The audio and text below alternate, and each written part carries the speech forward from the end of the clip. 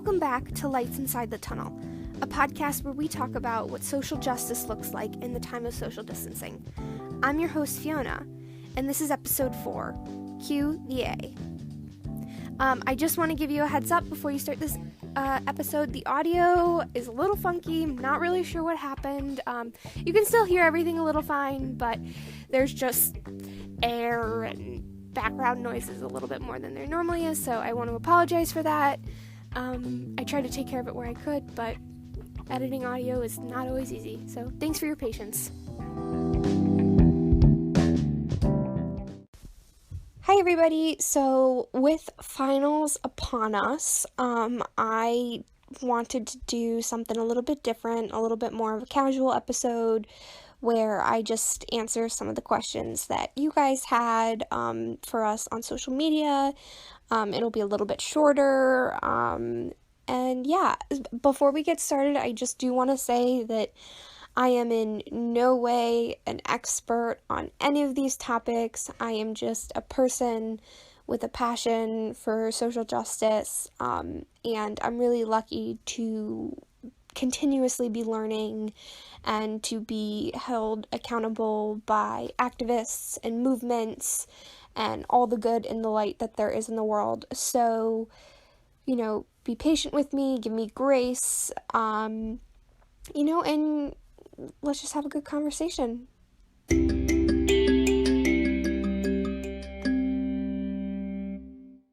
So, our first question today has to do with what's happening in the world right now.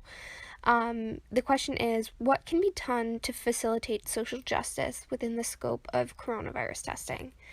So, to be completely honest, there is so much news right now. I feel like I am definitely not the best person to answer this question, just because I worry about not having all of the information, and I would hate to put something out there that is untrue or is not supported by our scientists and our doctors.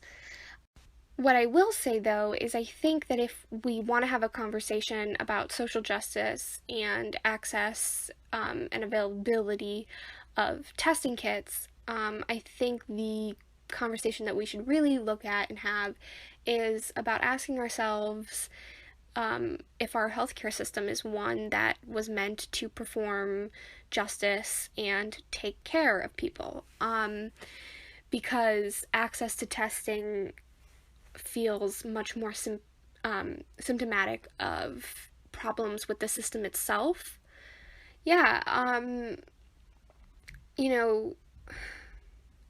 The issue with the American healthcare system, and again, I am not an expert in this, so I'm going to be kind of brief here because I want to stick to what I know is true, and I don't want to get into a ton of policy that I'm not well educated on. But what I do know is that we have, among developed countries, we have some of the highest uninsured rates, and we also have some of the highest out-of-pocket payments, and part of that is due to the fact that our healthcare system is privatized, as opposed to a lot of other European countries, and then countries like South Korea and Japan, which have a more universal form of healthcare.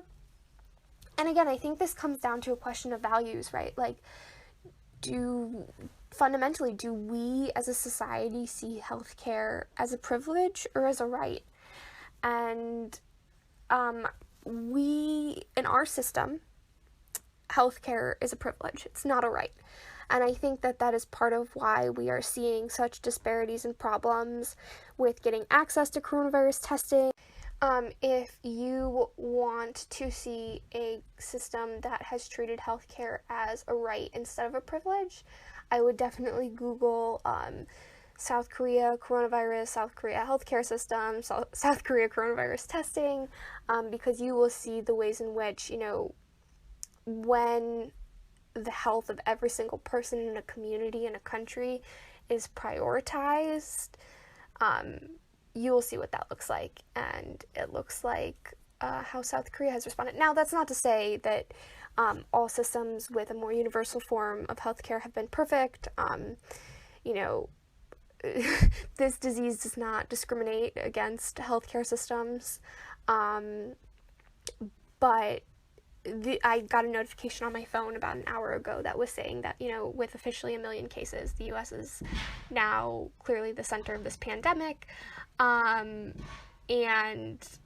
I think a lot of that has to do with our healthcare system. And to kind of bring it back to the initial question is the only way in which we are able to safely go back to our normal lives is with increased access to tests, and that is just not there right now. And it's not there because of the way our system functions. So if, while this might change for the short term, if we want this to never happen again, or we, decide that, oh, well, yeah, maybe healthcare is a right and not a privilege, we need to change the system.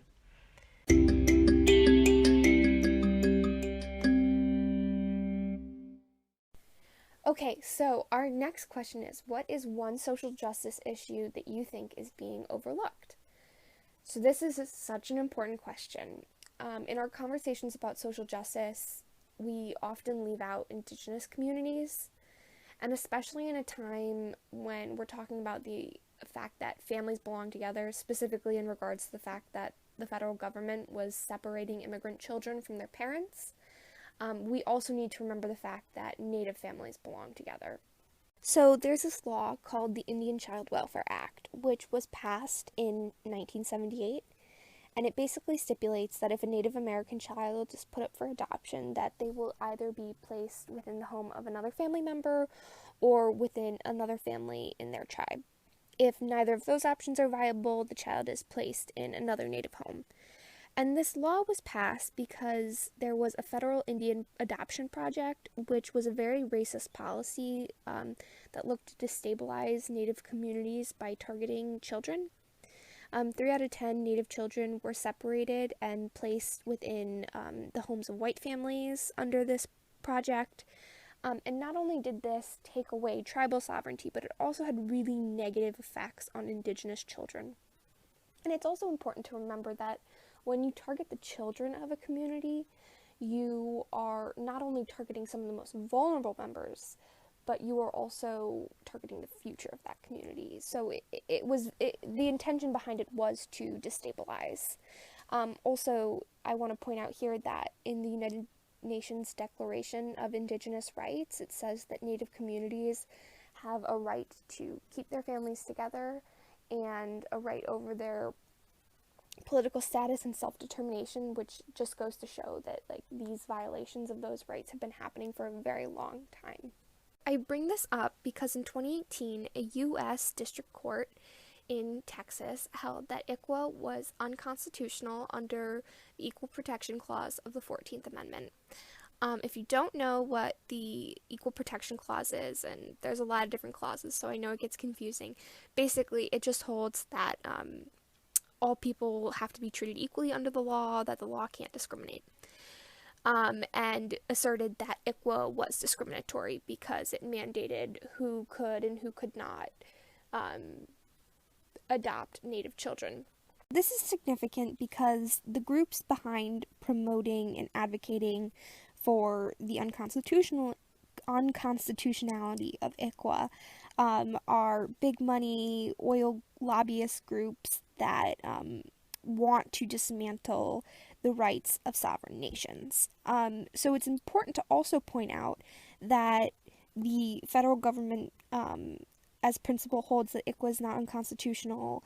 Native American tribes, 4 were included in this lawsuit. They hold that it's not unconstitutional, and so do many child welfare advocacy groups. And that's because it is not racially based. It's a question of citizenship. It's basically just saying that, if children are themselves citizens of a tribe, or they're born to parents who are citizens of a tribe, and thus would qualify for citizenship, that the tribe has as much right to dictating where that child goes, and has sovereignty over the child in the welfare system. Now, the danger with finding ICWA unconstitutional is that it sets a judicial precedent that could then be applied to say that all laws meant to protect Native Americans, tribes, and their sovereignty are racially based when in reality they are citizenship based, and therefore they are discriminatory and should not be allowed to stand underneath the 14th Amendment. So there's actually a lot of big money groups within the country that wants this to happen, specifically people in the oil industry, and that's because some of the largest collections of oil are located within indigenous nations. Indigenous communities have the right to regulate what is on their property, and these big money groups, these big oil corporations want unfettered and unrestricted access to oil, so they want to dismantle tribal sovereignty. So this summer, a federal court actually heard the appeal and held that ICWA was constitutional, basically undoing the ruling of the lower district court. However, the Federal Court of Appeals is rehearing the case right now, and there is a high likelihood that this case will actually be taken to the Supreme Court. So while the federal court hearing did initially affirm a decision that was just to children, to indigenous communities, to children of indigenous communities, this is far from over. I think this is an important social justice issue. One, because like I said before, people just aren't talking about this in the public discourse. But then secondly, because it's a question of what we as a society value. You know, do we value corporations and unfettered profit and greed? Or do we value the lives of people who are telling us what is best for them, for their children, for their communities, and specifically of a community that has been historically oppressed by our federal government? So I think that when we talk about social justice issues, we should always be looking at how everything affects our brothers and sisters in the indigenous communities around us, and then specifically look at ways in which indigenous communities are still being targeted today by, whether that be by corporations or the federal government.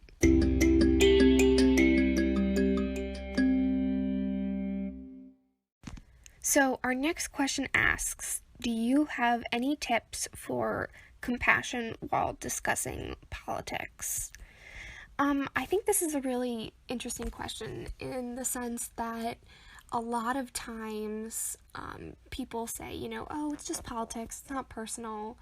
I fundamentally disagree with that statement. I think so much about politics is so inherently personal, and I think that if you are a person that can assert that, politics doesn't affect you regardless of who's elected, you're coming from a place of real privilege. And I think we have to realize that for a lot of people, elections are life and death issues. I say that because I think when politics is very personal, it can make it really hard to have conversations with people who disagree with you, but those conversations are also so important in the sense that, maybe you might be able to allow someone to see your perspective from it. So for me, when I'm talking with someone who I disagree with, especially if I think this person is coming from an uneducated place, or maybe,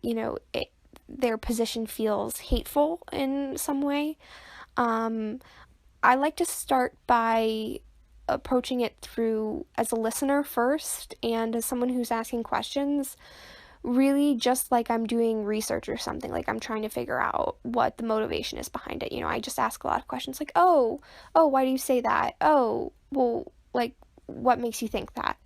Oh, what life experience, contributed to that? And eventually, by asking those questions, you kind of get down to the core of it. And I think a lot of times, especially when someone is espousing, um, a hateful or problematic sentiment, a lot of times it's rooted in fear or insecurity or misinformation. And I think that, by really getting to what the root of the cause of that thought is, a lot of times, you can have a more honest conversation afterwards because you know where they're coming from, right? And it's different from just saying like, well, you're wrong. At least in my experience, when I'm talking to someone who they know I disagree with them, but I'm really putting forward an effort to listen and to understand them and see where they're coming from, I think they feel validated, and then they are much more receptive to my position, to my facts, is saying, oh, well, actually, that's not true, it might be easier, or it might feel like that's true, but in reality, if we look at this and if we look at the data, like all of this says no. Yeah. And I think it's also, in a way, it's leading by example, right? Like, as someone who believes in social justice, I believe that all people have humanity, and I believe in compassion and respect, and I want to give that to everyone, even if they don't give it to all other people. So there's two other points that I want to make in regards to this. I think talking about politics with people, it's a balancing act. It's a balancing act between compassion and bravery. Like, you can't be so compassionate that you're sacrificing everything you believe and you're not saying what you truly feel and that kind of thing. Because I also believe that we have, all of us, especially people who, want to have conversations about social justice issues and the intersection with that in politics, like, we should be talking about what is right and what is true and good. So I think you have to balance that out, and there's no easy mathematical equation which teaches you how to do that. But I think that, you do that through just having these conversations and, again, just trying to see the humanity in everyone. That sounds so cliche, but it's true. Yeah. And the one other point that I will make is that you don't have to have these conversations with people. Like, some people are just bigoted, hateful people who, when you get to the root of it, like, or you can't get to the root of it because everything is just hatred and unkindness and competition. And I just, you don't have to have those conversations with people, conversations specifically about social justice are supposed to spark dialogue, are supposed to challenge people to want to do better, to do, what is right for all people instead of what's most right for them. And some people just don't want that. And I think that first, in some situations, it's better just to not have those conversations for your own health, for your own safety. Just put your head down and do the work, do the advocacy, and then have the conversations with people that are open and receptive and, willing to make that human connection with you.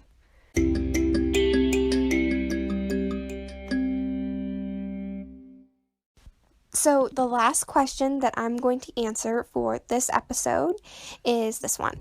What are some ways that you think young people can become active in social justice causes? I know that I've probably said this about every single question, but this is a great question. And for me, this one's a great question because it's something that I wonder, and Um, it's something that I think about, how can I be doing more? Am I doing enough? What am I really even doing? Yeah, so, I think the first thing that everyone should do who's looking to get more involved in activism and advocacy and social justice is to think about an issue that is really close to your heart. Um, you know, Take for example, say you're really passionate about the climate and you want climate justice. I would recommend that you get in touch with a local organization that is doing advocacy and activism. There's the Sunrise Movement is a great organization, and they have chapters all over the country, and they even on their website let you locate the closest chapter, which is really cool. And the other really cool thing is that a lot of movements that are being led by young people, a lot of this is happening online. Not in the sense that people are tweeting about things and posting things on their Instagram stories, but people are meeting online and people are having conversations and people are organizing and planning things on there. So I think that's a great way to do it. I think reading is also really important. Just to, learn from what other people have to say and what great leaders before us have done and how they did it. And then there's also really great how-to books for everything.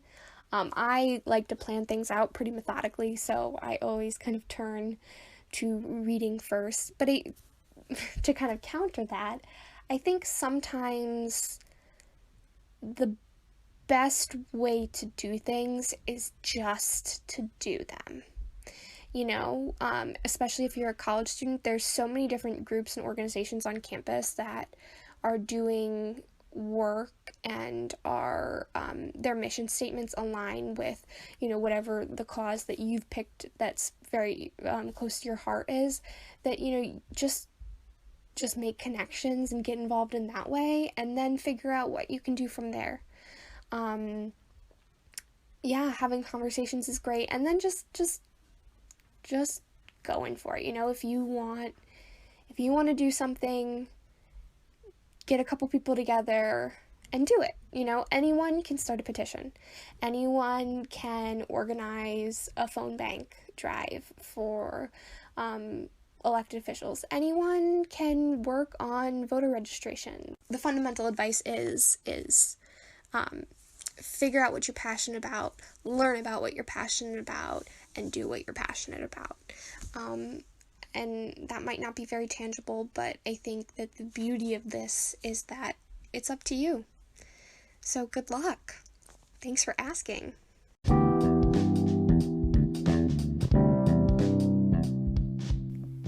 Thank you all so much for tuning into this episode, and a special thank you to all the people that submitted questions to be answered. They were all so profound and really wonderful. I had such a hard time picking which ones I was going to answer, and if I didn't get to yours today, because we did get a lot, I will be throwing those questions to a guest in a future episode.